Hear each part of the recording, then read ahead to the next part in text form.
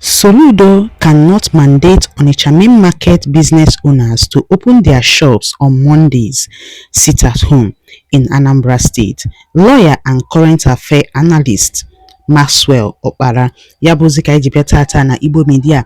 Ị ga-esi ya bụ ozi gbaa mbọ gwa anyị iche ma mekwa ka ozi alụtụ ụmụnna anyị n'ebe dị iche iche aka. Ngwa gere ya ka ọ ha n'uju. Well, the actions of Professor Charles Chukwuma Soludo in closing the market is executive recklessness, is an abuse of power and should be condemned. In the first instance, this thing is a private business, somebody's personal business, and he decides how, when, where, time to open and run his business. Now, nobody is coercing anybody in the market to sit at home. That is where the governor can come in. If there is some people that are forcing people to close down the market and sit at home, that is where the governor cannot come in. And the person who is forcing people to sit at home should be arrested. Now, if the market people on their own decided to sit at home on Mondays, that is their business. Because Onitsha main market and those private shops there are somebody's private property, and they are running the business with their money. So coming to lock it up because they refuse to open market on Mondays, I think is executive recklessness, and the governor should be sued, and the action should be filed against the governor for taking such reckless decision. But then I'm wondering, does obeying a sit-at-home order, whether out of fear or coercion, does it constitute a legal offense by the traders? Of course, if somebody issued an order asking you to sit at home with a threat, you should report. I think so. Because what I mean by you should report to the governor is that the security agents that these particular people are threatening us not to open our shop.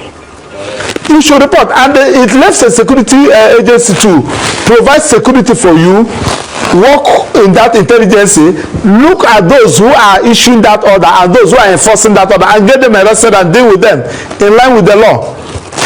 You cannot ask the people to come up.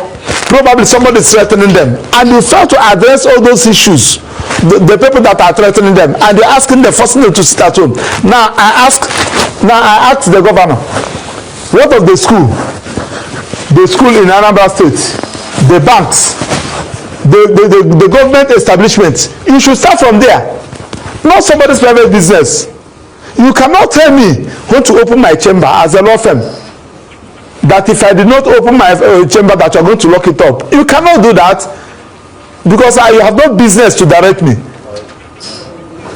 It is different from when there is a coffee, when you say that nobody should come out and somebody now go and open his shop. The person is violating the government directives. Not for you, because I said that I'm not going to open my shop on my own. Nobody forced me. You said that because of that you are going to lock my shop for 1 week or thereabout. You cannot do that, and it should be condemned. With this collective punishment, as severe as it is, do you think it will be effective in any way? How can it be effective? Will you not? I go and see what is happening in Onitsha. It's just like what we are talking about. You don't give order. You don't give directives that cannot be complied with. We are just from National Industrial Court now, where the court has ordered workers to go back to work, and the workers said that they are not going to comply with the order. I'm talking about court order. Even when we are begging them, now you gave an order that they should close the market for 1 week. Who are you? Because you're the governor. Now they have revolted. Protest is going on in Anambra State now. All this has to do with the dialogue. If you want to stop it, you call the management, you appeal to them, you give them assurance, you talk to the banks in Anambra, you talk to other establishments there, telling them the reason why they should come out. Is dialogue. Is talking to them. addressing, telling the government to comply. I them say not for you to use executive power as if we're in the military regime. You wake up, you lock somebody's shop, you don't even know what is in those shop, and you lock it for 1 week. Do you know what is in those shop? And when you lock it, you say that they should not have access to it. Are you going to feed their family? You cannot do that. All this particular issue were created by Buhari. Buhari government created all this issue, and Malawi, they created this issue, and that carry. Now the government that come, but you should look for a way to resolve it. This sit at home did not start from this government. It has been there. Now, Dr. Opara, I'm wondering if there are legal precedents where courts have ruled on similar issues. How might the courts balance public order concerns against economic rights if this matter is litigated? You can see what is happening in the civilized world. This Trump will wake up in the morning, will issue executive order. Court will nullify it. Because one, you cannot give an order where you don't have a right to give. Do you have a right to tell me when to run my business, the kind of business I'm going to run, when to go to abroad to go and bring goods, when to sell it? You cannot. It's gross violation of rights. It's trespass, and it's actionable. The plethora of cases that are there. Just give me an instance, a very simple instance. Somebody, you are selling spare parts, and somebody now, the government said you are going to open today, you will not open tomorrow for no just reason, simply because you did not open the previous day. They said that because of that you cannot. It's a trespass, for goodness sake. It's violation of rights. So trespass, violation of right, the case, they are numerous.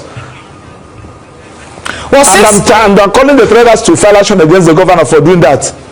Yeah, it'd be interesting to see if any traders decide to sue the Anambra state government and what could manifest from that. But we know the sit-at-home order is tied to the detention and recent life sentence of IPOB leader Nnamdi Kanu.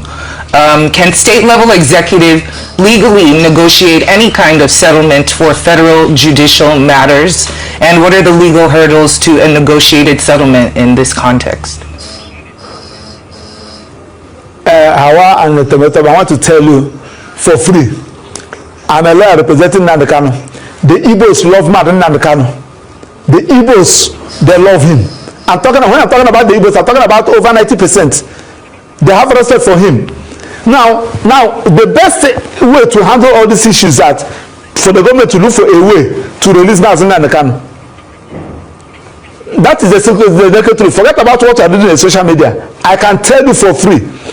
These people love Nnamdi Kanu. You see what happened in the main market today? What are they singing? You see the song they are singing there, they were singing there. They are praising Nnamdi Kanu even in the face of his trial, even in the face of his persecution, even the face where he's being detained. They still have respect for him.